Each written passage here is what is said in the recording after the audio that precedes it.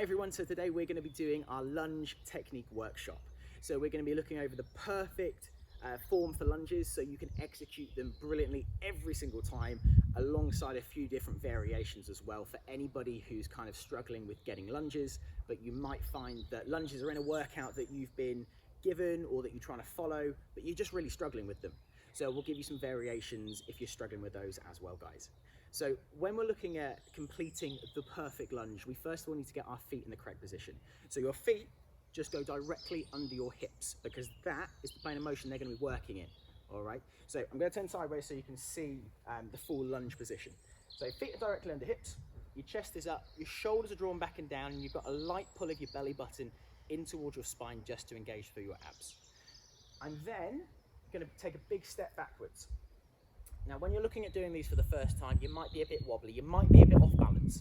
So in which case, that's why we break this down into a 4-step movement. So step number 1 is literally stepping back. Okay, number 2 is dropping the knee. Now, when you do this, you don't touch the floor, but I'm going to just to talk about the knees, just so my legs don't start shaking about all over the shop. So with the knees, guys, you want a right angle in both. The front leg, you want directly over your ankle, okay? Back leg, you want your knee directly under your hip. So what that's going to do, it's not going to load up through the joint, okay? Because you're not getting any forwards pressure, and you're not going to open up through the hip flexor yet again because of any forwards pressure. However, what you are going to be doing, because you're at a nice right angle, is loading up through your quads, your hamstrings, and your glutes, okay? So step number 2 is then dropping it down into that low position. Step number 3 is then squeezing back up through your glutes, so squeezing, nice big powerful drive. And then step number 4 is stepping nice and upright. Okay, now if you're happy with that as a movement, the way you then advance that is just by making things a bit more fluid. So instead of breaking it up into that 4 stage, all you do is take a big step back, drop down through the knee, and then step back upright. So you can see what I've then eliminated there was the need to step back, drop the knee, lift up, and step forward. I'm not staggering it. Okay, it becomes a lot more fluid. So once you're happier with the movement, it becomes an easier motion to gauge. So you can pump out more reps and you can get more out. And that's where we might go into jumping lunges. We're not going to go over that today, but that's then what allows you to move into that. So regardless whether you break it up or you make it one fluid movement, look at my chest. So what I'm doing the whole time through this movement, my chest is staying upright.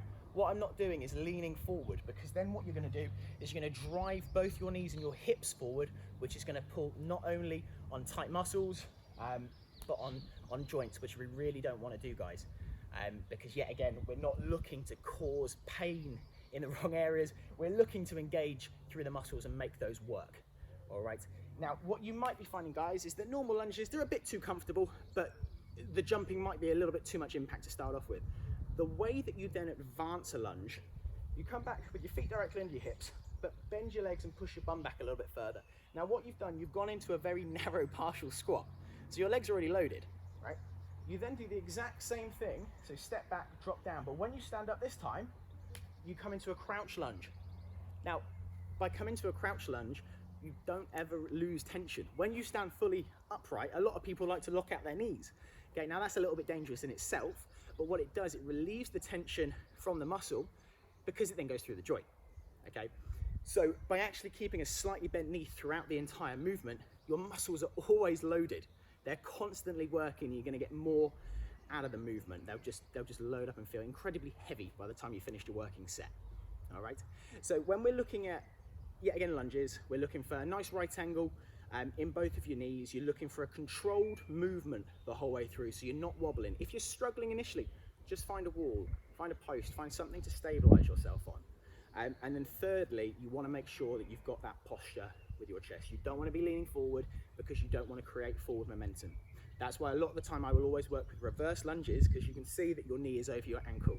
You can check that your chest is upright because you then don't want to lean forward. You've always got a nice upright body the whole way through. Now, the other thing we were then talking about at the start is then lunge variations, because there will be times when, you know, you might be recovering from an injury, or you might just already have an injury, or you might just be too fatigued to keep going with normal lunges. So that's where something like a lateral squat or a leg lift are really, really beneficial, because they allow you to continue to work the muscle, but you're not then going to engage through the joint itself. Now, if I'm looking at a lateral squat, feet under hips, same starting position as a lunge. But what I then do, I'm going to step out nice and wide, push my bum back and down, and then step back up, okay, to that start position, which is exactly the same as a lunge, guys. So the only difference is that you're not then taking your leg far away from you and you're not exposing that joint quite as much. Everything stays a lot closer to the body and you have a lot more control. Yet again, if you want to work the other side, it's just stepping the opposite direction. Alternatively, you might even find that's a little bit too much. So then what you've got is a side leg lift. So what I'm going to do, I'm going to shift all the way across into this leg here. Okay, hands by my chest, abs are nice and tight, and all I'm going to do is lift my leg up. I've got a relaxed foot, okay, so all the weight goes on this outer thigh. Gently bring my foot down. You can either touch it down, okay, or if you want more of a challenge, okay, not only for the loading of the leg, but your stability as well, you can have that slight hover. So you go up, bring it down and hover, and then you go again. Same principle, you then realign your feet, brace your abs, shift the weight across, and then you're working in that opposite direction as well, guys. So that is kind of the video concluded now. So we've gone over the perfect form for a lunge. We've gone over some ways to advance the movements and intensify, but equally we've gone over some ways to regress it, but not so it makes it easy. They're still tough movements. And once you hit volume, which a lot of workouts are doing at the moment, we're looking at HIIT workouts, it's all about continual reps. And whether that's lunges, squats, leg raises, it's gonna burn, you're gonna feel it. So I hope this video has really helped out with that, guys. If you've got any questions, please leave them in the comments below.